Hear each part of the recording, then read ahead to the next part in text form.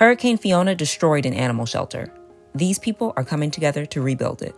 When you walk through the grounds, everything has been decimated. But then when you go into the building, all of the food has been underwater. So it's just like clogged and everything has to be like shoveled out. The team is drained. The team has shed tears.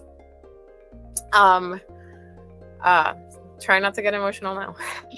But, the animals can't defend themselves. So it's like, okay, we need to rally ourselves to make sure that we're doing everything we can for them. Stella Ramirez is the vice president of Santuario de Animales San Francisco de Asís.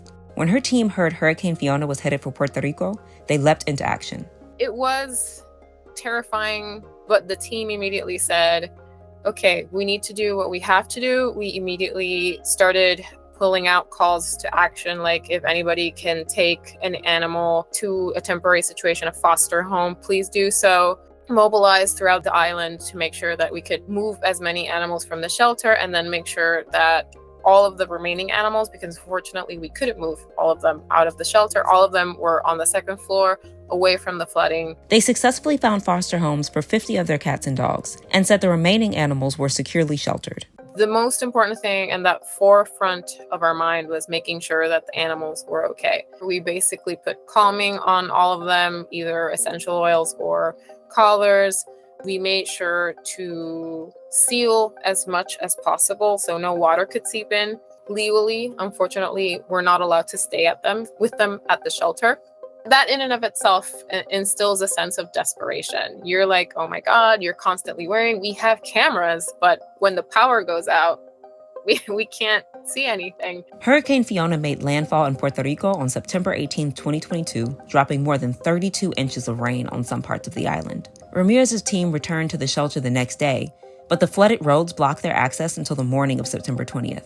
We were lucky in this aspect because after Maria, the flooding basically lasted for a week and the waters receded actually a lot quicker this time. But basically, first thing we did, go in. Since the grounds were all flooded, well, we basically have to decontaminate via like deep washing, walk through the grounds, assess structural damages because we have bigger areas like play yards and outside enclosures that also function as play yards.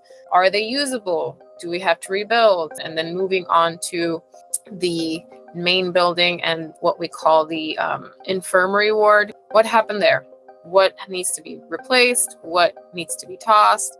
And at all the same time, we're like counting up how much this is going to cost, especially after it's like, oh my God, not only do we have to clear up the space for the animals, we also have to clear up the space because we need new food, we need new meds, we need all of these new things. The community came together to help Ramirez's team repair the shelter.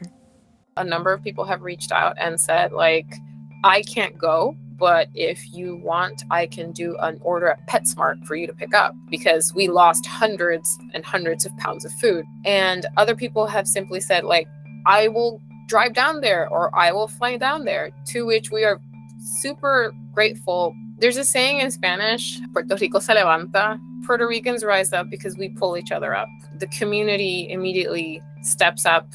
Community on the island, community like Puerto Ricans in the diaspora step up. And it's the most important thing because if people didn't look out for each other this way, we would probably be a lot less optimistic, to be completely honest. Like if we didn't have these people reaching out to us and say, I don't have a lot to give, but I will give you this.